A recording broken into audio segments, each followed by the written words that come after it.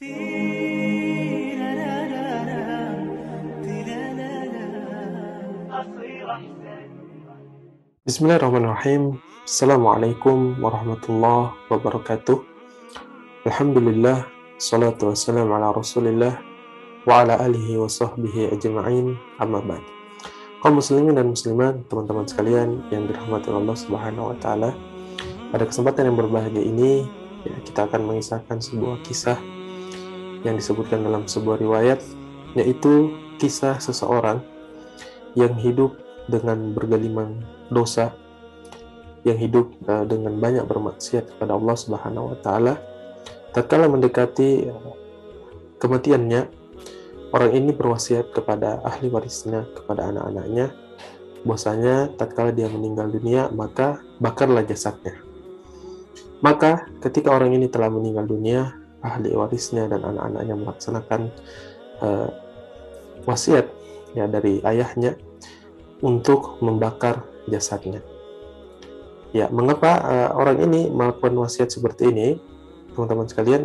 Karena dia beranggapan tatkala jasadnya dihancurkan dan dia menjadi abu, Allah Subhanahu wa taala tidak bisa mengumpulkannya atau tidak menyiksanya. Maka dengan izin Allah Subhanahu wa taala, tatkala Allah Subhanahu wa taala akan membangkitkan orang ini, Allah memerintahkan dunia dengan kekuasaannya, dengan izin Allah Subhanahu wa taala, untuk mengumpulkan serpihan-serpihan abu. Kemudian tersusunlah menjadi jasad yang utuh. Kemudian dibangkitkanlah orang ini. Kemudian Allah Subhanahu wa taala mengatakan kepada orang ini, "Mengapa engkau memerintahkan yang demikian? Mengapa engkau memerintahkan wasiat yang demikian?" Orang ini berkata, "Ya Allah, sungguh aku sangat takut atas dosa-dosaku, dengan harapan saya memerintahkan demikian dengan harapan engkau tidak akan menyiksaku, atau aku tidak merasakan siksamu." Maka Allah Subhanahu wa taala mengatakan, "Karena engkau takut akan siksaku, maka aku ampuni engkau." Allah katakan kepada orang ini, karena kamu takut kepada Allah Subhanahu wa taala, maka Allah mengampuni. Teman-teman sekalian, kaum muslimin dan muslimat yang dirahmati Allah Subhanahu wa taala, ada beberapa faedah yang kita bisa dapatkan dari kisah ini. Yang pertama, bahwasanya Allah Subhanahu wa taala itu Maha Pengampun lagi Maha Penyayang. Innallaha ghafurur rahim.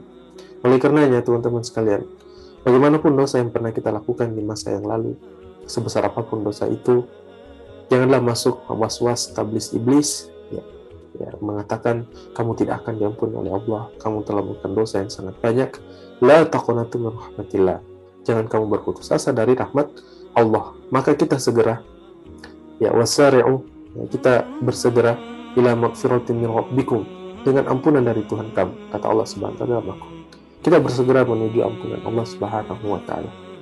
Kemudian kita melakukan taubatan nasuha, taubatan yang benar, yang tidak luput dari 3 syarat.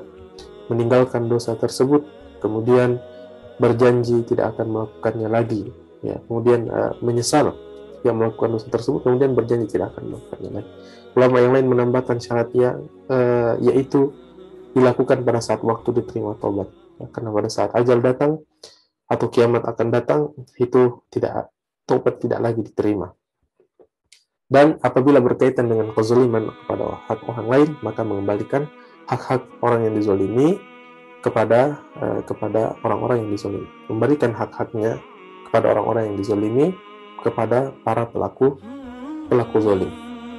Teman-teman sekalian yang dirahmati Allah Subhanahu wa taala. Kemudian yang selanjutnya, bagaimanapun jasad itu terbakar ataupun mungkin tenggelam ataupun mungkin hancur yang tidak kelihatan bekasnya, maka Allah Subhanahu wa taala akan membangkitkannya dan tidak akan ada satupun yang luput dari kekuasaan Allah Subhanahu wa taala. Setiap yang bernyawa pasti akan mati dan semuanya akan dimintai pertanggungjawab. Meskipun dia dibakar ataupun tenggelam ataupun dimakan hewan buas, semuanya akan kembali dibangkitkan oleh Allah Subhanahu wa taala. Maka di antara kita tidak ada yang bisa lari dari hakim, dari hakim yang maha adil, dari yaumuddin, dari hari pembalasan. Kemudian yang selanjutnya, teman-teman sekalian, faedah yang bisa kita dapatkan dari kisah ini, bahwasanya seorang mukmin, ya, seorang muslim, yaitu tidak membakar jasad orang yang meninggal, ya. Dan ini menyelisih fitrah. Dan kita bisa melihat tatkala saudara Adam yang membunuh saudaranya yang lain, kemudian dia menyesal, Allah Subhanahu wa taala memerintahkan burung gagak. Fab'atsallahu ghurab yab'atsu fil ardi kaifa yuwari sawata akhih. Ya, maka Allah mengirim burung gagak. Yang burung gagak ini sebelumnya mereka bertarung, kemudian salah satu di antara mereka ada yang mati, maka burung gagak yang lain ya mengubur yang burung gagak yang mati. Saudara Nabi Adam ini melihat, ya, kemudian dia mendapatkan faidah, ya, dari yang apa yang dia lihat. Kemudian dia menguburkan saudara yang dia telah bunuh, seperti dia melihat burung gagak yang tadi yang datang. Ya, maka ya, dikubur dalam tanah merupakan fitrah, ya. Seorang mukmin, seorang muslim, jasadnya tidak dibakar.